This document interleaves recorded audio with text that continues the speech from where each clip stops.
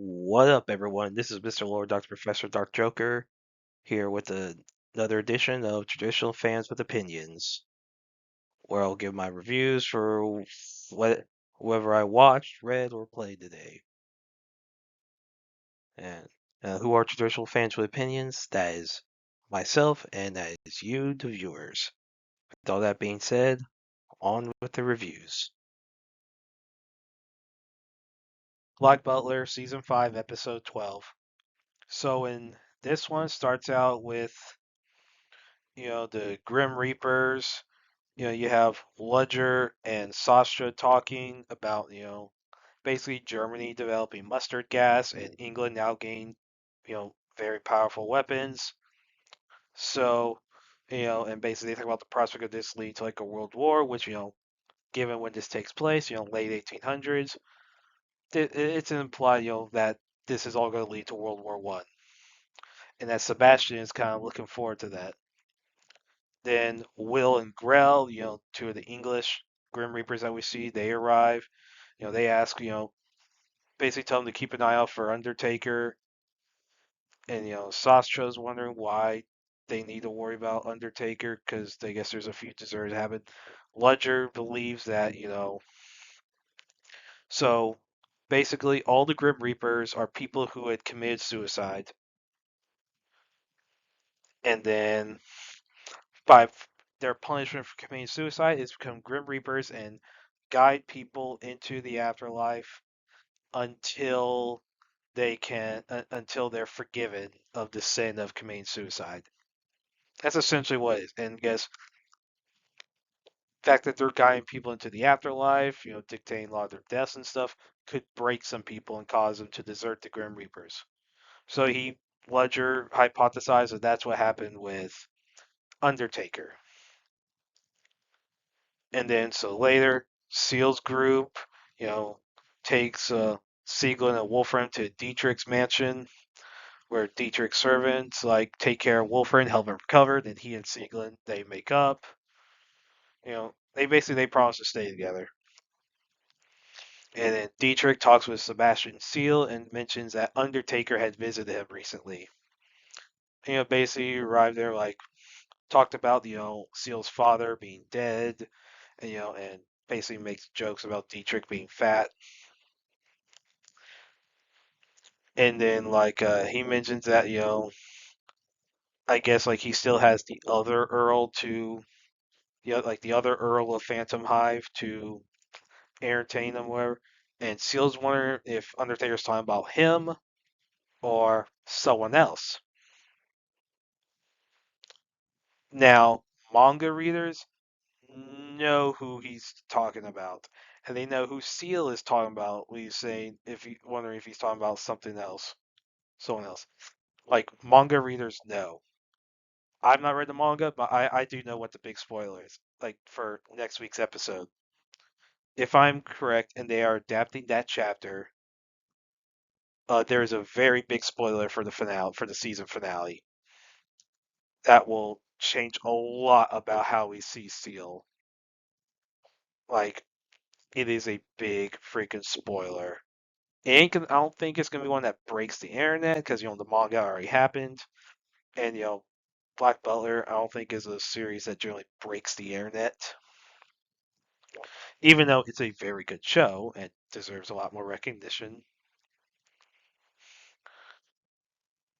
But yeah, it's a big deal. And so then after this, so Siegelin is shown to not have good table manners. Like it's kind of like how like how Goku, Luffy, Natsu, bunch of your like stereotypical shonen protagonists in live action series are with how they eat food, how they have no tail manners whatsoever. They eat a lot, ask for seconds.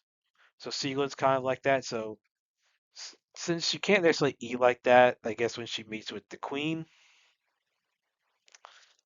Seal tells Sebastian to teach her within a week how to behave like a proper lady, and basically Seal basically says it's an order, and he knows that Sebastian could do that. It can accomplish that. So Sebastian agrees, then Seal and Sebastian take Wolfram and Sieglin to the tailor that they know to get Sieglin a dress to, I guess, meet the queen with. And like these are very like a hyper like a very hyper tailor. Like so basically Sieglin gets a dress and then she asks the tailor to like I don't know if she got her hair cut or if it was tied up into like a bob or something.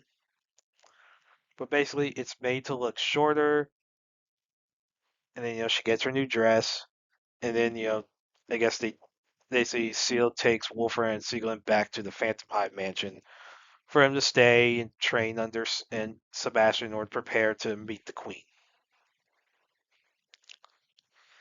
And then Seal wonders how this mission will affect like Germany and England.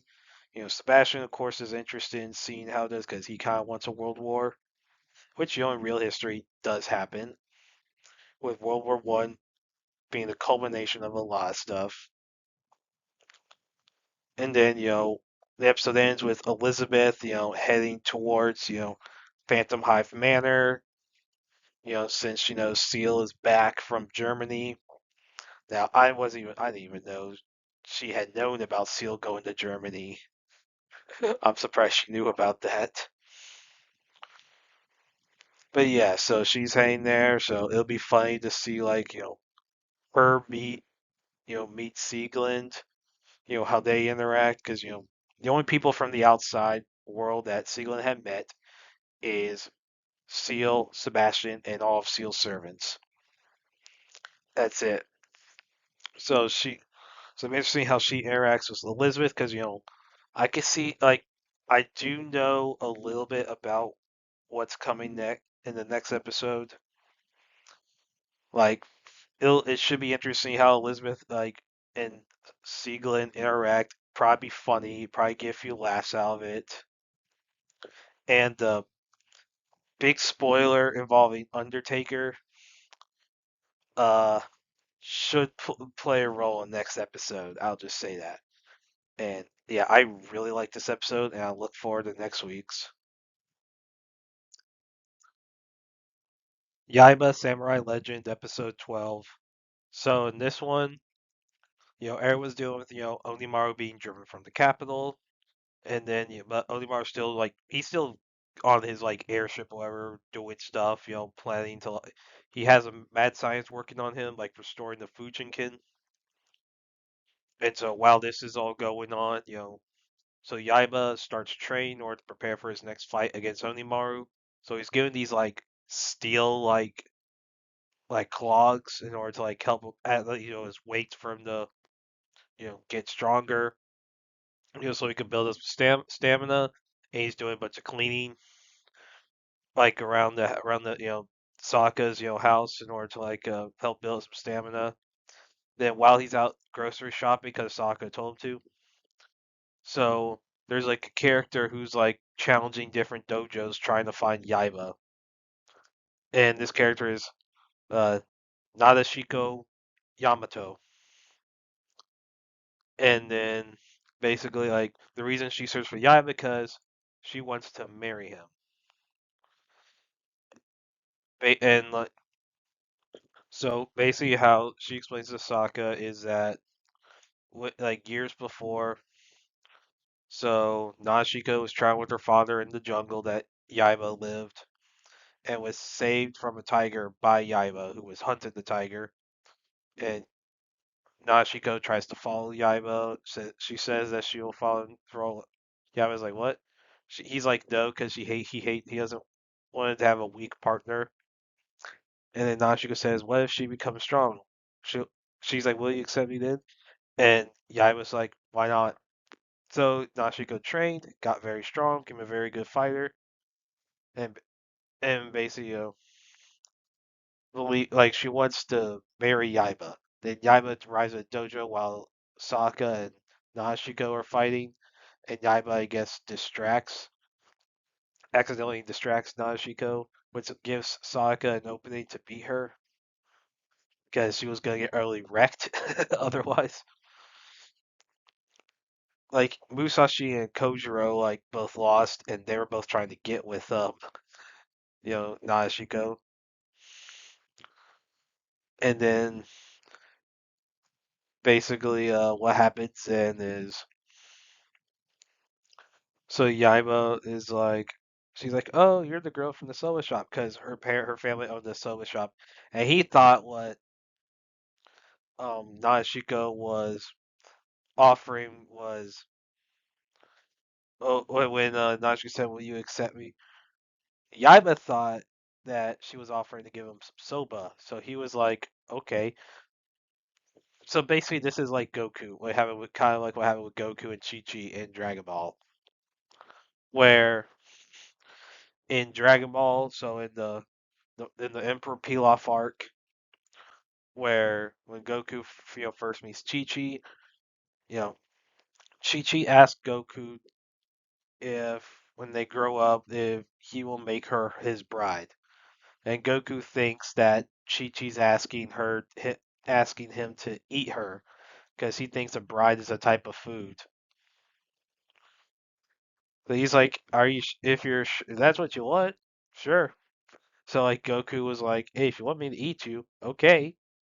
Which that's just a weird thing in general because, but this is kind of like that. Whereas now, well, Yaiba is not necessarily being offered to eat um Najiko. He thinks that she's offering soba. So that bit was just freaking hilarious. And Najiko is like depressed about that, but Yaiba says, "Hey, you're strong. You want to train? I need to get stronger so that I could beat Onimaru." So she kind of like I guess starts staying with Sokka's household along with everyone else, and then basically Najiko and Sokka are fighting, basically kind of fighting over Yaiba, like of where or not he needs to eat more, and then Yaiba annoyed is like he's oblivious to why they're fighting, but Yaiba he's like, huh, if only I could fly. And then his father appears saying that it's possible if he has the dragon orb, but there's like a map for it. And then Najiko says that her father had the map, and possibly has the map, and was proud of it. So it looks like next episode they're gonna start searching for the dragon orb. So yeah, I really liked this episode. I thought it was very good. And I'm looking forward to the next one.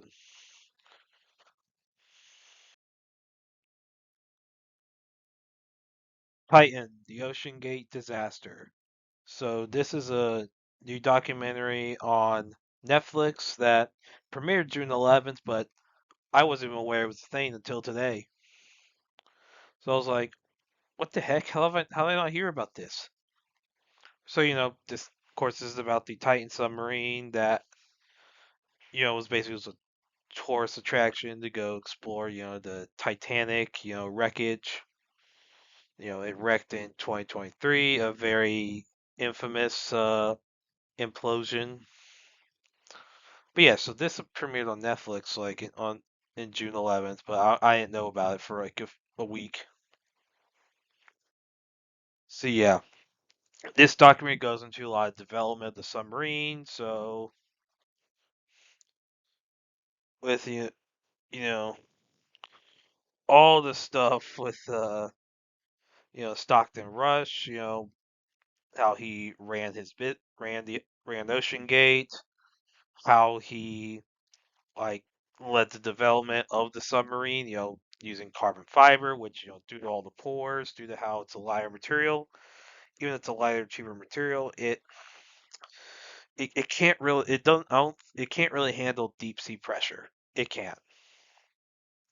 And so a lot of people who left the company because like basically if you can't if you go against Stockton Rush, that is basically back when he was alive, basically if you went against him, you weren't going to be at the company for very long. That's how OceanGate was. Now he's the boss, depending on how some of the legal stuff works, he could get away with a lot of that. And how like to get away with a lot of stuff, he did some things, did some titles for passengers, where a lot of passengers were called mission specialists, in order so that they could get around some like the regulations for like like a lot of the U.S. regulations. I mean, I don't understand how a lot of the regulations work. I'm not gonna act like I do know. So, and that if things go bad, basically, Rush was gonna like basically, as he put, as someone in the those hearings put it, by a congressman. You know, basically give them probably not a bribery, but probably more like by legal standards would be campaign money. That would be probably my guess is if that person's comments were true about Rush, it's based on everything that was described in the documentary. It's probably was true. That's probably how it would be handled. The Congress would just been given campaign money. Anyway, so this goes to some of the search for it, and a lot of the actual section about when they went over the engineering behind it, or lack thereof engineering. It was actually very interesting how Boeing was involved, which that sent a red flag to me. I was like, oh, Boeing was involved with this. Now, but then saw Boeing backed out. I was like, okay, this was unsafe enough. So this was so dangerous that Boeing backed out. And that wasn't the red flag. Now, this was, I mean, now I don't think Boeing was basically as big of a name in wrecks and stuff when this implosion happened. I don't think they're as big yet, but Boeing, respected, aerospace company. Well, okay, they don't not too much respect. But I'm not gonna get into that. But so Boeing was involved, and so yeah, this mentions the people who died. Because basically everyone who died, you had you know Hamish Harding, who was like you like he had Hamish Harding, Paul Henry, Nargilot, uh, Sazada Daywood, and his son Suleiman. So Harding was a British businessman. You know, Nargolet was a explorer of the deep sea, and he was an expert on the Titanic. So that's why he was involved. And Daywood was a businessman, was a Pakistani British businessman. Of course, Suleiman being his son, was basically like a plus one or something. And of course, we all know what happened. The ship imploded. They all died. Very tragic, tragic event. And apparently, during development, there were like there were signs that the sub was not going to work, like just due to how it was designed with the carbon fiber, all that, with all the pressure from the deep sea. There were signs that it was going to fail, and some people left because they didn't want to deal with it, and they gave a warning. So, and there was somebody who kept giving warnings, and obviously you had some whistleblowers, that they had that were some whistleblowers that there is a whistleblower protection program, but of course, you're not necessarily that doesn't necessarily prevent retaliation. Like it's very complicated. There's a lot of complicated stuff with this. I mean, the engineering was very bad behind this. This was some very like the section that goes. So this is more technical documentary. Doesn't get into too much about outside, but it's mostly focused on the engineering, like very bad engineering behind the Titan sub. And so it goes through a bunch of interviews with some people who like were involved with it. Like so there was a pilot, like who was someone who was possibly gonna be a pilot for the sub who basically was hired because Rush wanted younger people to basically like like lead the mission and all that. He wanted younger people. He didn't want so a lot of pilots that are the really good submarine pilots would be like, a lot of older, military veterans who deal with probably more advanced submarines. And so he didn't want them to work on it. He wanted younger people to pilot the submarine, like, to like I guess as a way to inspire young people to get involved with, that industry. Yeah, and the pilot like only stayed on for a little bit because like, you know, it was hard to find a job in that, whenever I guess that conversation happened. And it was hard to find for some people to find jobs. I'm not going to get into a lot of that. But and so yeah, so this was a very interesting document. It deals with like this shows like yeah, like the implosion was basically inevitable. Like everyone knew it was eventually going to fail, and despite all the warnings, basically Rush was going to get his way. I mean, he ran the company, so I mean, yes, he had a lot of power, and he basically piloted himself. The sub imploded, killed everyone on board. We had the very publicized search for it. Then there, of course, you had the investigation, the hearings, showing how basically how this was all it was all doomed to fail. Like this sub was doomed to fail. It's a lot. This is definitely a cautionary tale on hubris to where if a product like this like if a business plan is very obviously a bad business plan, like when the signs are so obvious that you need to get out of that business plan, you get out, change gears, either fix it or just trash the whole project. Because that's what should have happened.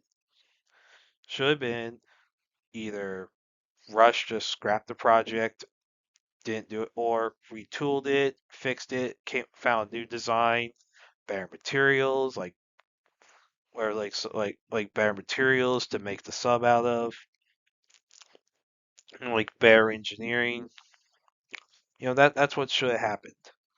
Obviously, that didn't. That led to the implosion. And yeah, I mean, it sucks. I mean, it is sad what happened. And this doesn't necessarily get into a lot of like so like of course there were a lot of memes made about the sub because guess what? It's the internet that happens. Good or bad. There was a lot of jokes made. I mean, and obviously it was inevitable that there was going to be documentaries about this. And but yeah, this was a very good documentary, very informative about like everything with the like all the engineering. Like the engineering stuff was very good because it explained why the sub was fated to fail, and explain like how the materials didn't work and why basically Rush was a freaking idiot. He was freaking retard. He was a retard.